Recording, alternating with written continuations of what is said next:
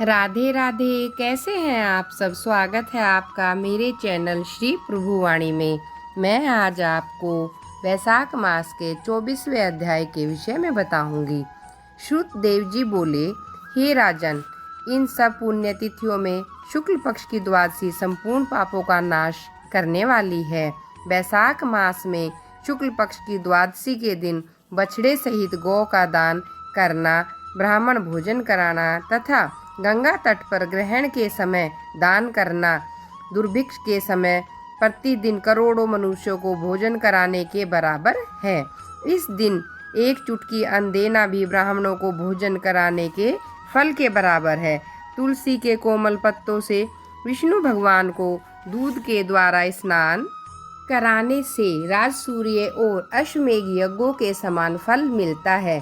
चंदन आदि का दान सायंकाल के समय करने से आने वाली व्याधियों से सदैव मुक्त रहता है। शालिग्राम शिला का दान करने से संपूर्ण पापों से छूटता है। शुक्ल पक्ष की त्रियोदशी के दिन दूध, दही, शहद, मधुर मिष्ठान, पंचामृत से विष्णु भगवान को स्नान करा के पूजन करने वाला अपने कुल सहित विष्णु लोक को जाता है।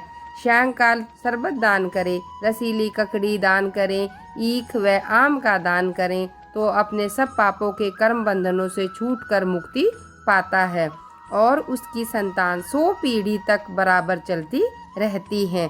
शुक्ल पक्ष की द्वादशी में जो भी मनुष्य कुछ पुण्य करता है वह अक्षय फल को प्राप्त करता है। इस व्रत की प्रख्याति क्यों हुई वह भी मैं तेरे सामने कहता हूँ।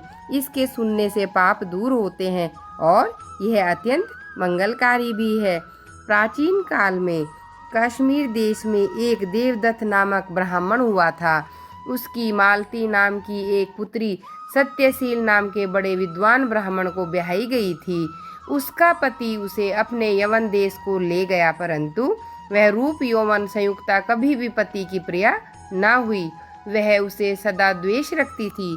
वह अपने पति पर क्रोध करके उसे अपने वंशीभूत करने की इच्छा से पतित पर स्त्रियों के बताए अनुसार अपने पति को दास के समान वंश में करने के लिए वंशीकरण की औषधि लेने हेतु एक योगिनी के मंदिर में जाकर योगिनी को प्रसन्न करने लगी। इस प्रकार उस स्त्री के प्रार्थना करने पर योगिनी ने प्रसन्न हो उसे मन को शुभ कराने वाले मंत्र बताए।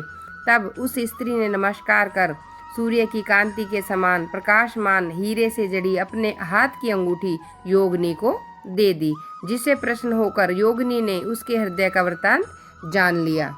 उसके बाद मालती नामक स्त्री को वंशीकरण चूर्ण देकर कहा कि इस चूर्ण को अपने पति को देकर उसकी ग्रीवा की रक्षा करना, तो तेरा पति तेरे वंश में होकर किसी के पास नहीं जाएगा तथा तेरे दुष्चरित्रों को देखकर भी कुछ नहीं कहेगा। तब उस स्त्री ने घर आकर संध्या के समय वह चूर्ण दूध में मिलाकर अपने पति को दे दिया। हे राजन, उस चूर्ण के पीने से उसे 6 रोग हो गया, जिससे वह दिनों दिन क्षीण होने लगा तथा उसके गुहा स्थान में दुष्ट घाव होने से कीड़े पड़ गए। पति की ऐसी दशा हो जाने पर वह अपने इच्छा से इधर उधर घूमने लगी। उसका पति घाव की पीड़ा से व्याकुल हो त्राही त्राही पुकारने लगा और बोला, हे शोभने, मैं तेरा दास हूँ, तेरी शरण में हूँ, मेरी रक्षा कर। मैं पर स्त्री की इच्छा नहीं करता हूँ। हे राजन, अपने पति की ऐसी बातें सुनकर वह घबरा गई और पति के जीवन से मेरा सुहाग बना ऐसा सोचकर वह योगिनी के पास पुनः गई। वह उससे सब वृत्तांत कह सुनाया। तब उसने पहली औषधि का दाह शांत करने के लिए दूसरी औषधि दे दी, जिसका सेवन करते ही उसके पति का दाह शांत हो गया और वह स्वस्थ भी हो गया। उसका पति सदैव घर में ही रहता था और उसके वंशीभूत होकर रह गया। तब उसकी स्त्री के पास सभी जातियों के व्यभिचारी मनुष्य घर के काम के बहाने से आने लगे। उस पाप के कारण उसके शरीर में भयानक प्राणनाशक कीड़े पड़ गए, जिन्होंने उसकी नाक, जीभ और दोनों कानों में छेद कर दिए। अंत में वह देह त्याग नरक को भोगने लगी। 1500 वर्ष तक ताम्रभाण नामक नरक में दग्ध होने के बाद वह 100 जन्मों तक बार बार कुत्ते की योनि में पड़कर घर घर घूमती रही। फिर सोबीर देश में पदबंधु नामक ब्राह्मण की दासी के घर वह कुतिया बनी। उसके कान टूटे फूटे और पूंछ छिन्न भिन्न तथा मस्तक में कीड़े पड़े रहते थे। देव योग से जब कर्म फल पूरा हो गया तो वैशाख मास के मेष की क्रांति में शुक्ल पक्ष की एकादशी के दिन पद्मबंधु का पुत्र नदी में स्नान कर पवित्र हो गीले वस्त्रों से घर आया। वहां तुलसी स्तंभ के पास उसने अपने चरण धोए। उसी स्तंभ के नीचे वह कुतिया भी सो रही थी। उसी सूर्यास्त के समय उस कुतिया ने चरण धोए जल में लौट गई, जिसके वह अशुभ कर्म तत्काल नष्ट हो गए और पूर्व जन्म की याद भी हो आई। तब वह अपने पूर्व जन्म में किए कर्मों को सोच सोच कर ताप से व्याकुल हो त्राही त्राही करने लगी और भय से व्याकुल हो उस मुनि पुत्र से अपने पूर्व जन्म के किए कर्मों की ताम्रभाण नामक नरक में पड़ने की और 100 जन्मों तक कुतिया की योनि में रहकर कष्ट भोगने की कथा का वर्णन करती हुई कहने लगी, अब मैं तुम्हारे सम्मुख खड़ी हूँ। हे ब्राह्मण, मैं बड़ी दुराचारणी और खोटी हूँ, इसलिए वैशाख शुक्ल पक्ष की पुण्यों को बढ़ाने वाली द्वादशी के दिन अपने किए हुए सुकृत मुझे देकर मेरा उद्धार कीजिए। मैं दीन और व्याकुल हूँ, तुम मेरी रक्षा करो, मैं तुम्हें नमस्कार करती हूँ। ऐसे वचन सुनकर मुनि पुत्र कुतिया से बोला, हे कुतिया, अपने किए हुए कर्मों के सुख दुख रूपी फलों को प्राणी भोगते हैं, तू दुराचारणी क्षुद्र क्या करेगी। मुनि पुत्र के ऐसे कहने पर कुतिया अत्यंत दुखी हो चीत्कार कर रोने लगी और उसके पिता से कहने लगी, हे पद्म बंधो, मैं तुम्हारे द्वार पर पड़ी हुई हूँ, मैं तुम्हारी रोटी खाती हूँ, तुम मेरी रक्षा करो। इस तरह से उसकी सारी बातें सुनकर पद्म बंधु शीघ्र ही घर से बाहर आए और उससे पूछने लगे, क्या बात है। तब वहां खड़े हुए मुनि पुत्र ने सब कथा वर्णन की। अपने पुत्र के वचन सुनकर वे विस्मित होकर बोले, मेरा पुत्र होकर भी तूने क्या किया। हे पुत्र, साधुओं को ऐसा वाक्य कहना अनुचित है। देखो, चंद्रमा, सूर्य, पवन, पृथ्वी, अग्नि, जल, चंदन और महात्मा लोग सभी परोपकार में स्थित है। हे पुत्र, दधीति ने देवताओं के उपकार के लिए दैत्यों को महाबली जानकर अपनी हड्डी भी निकाल कर दे दी थी।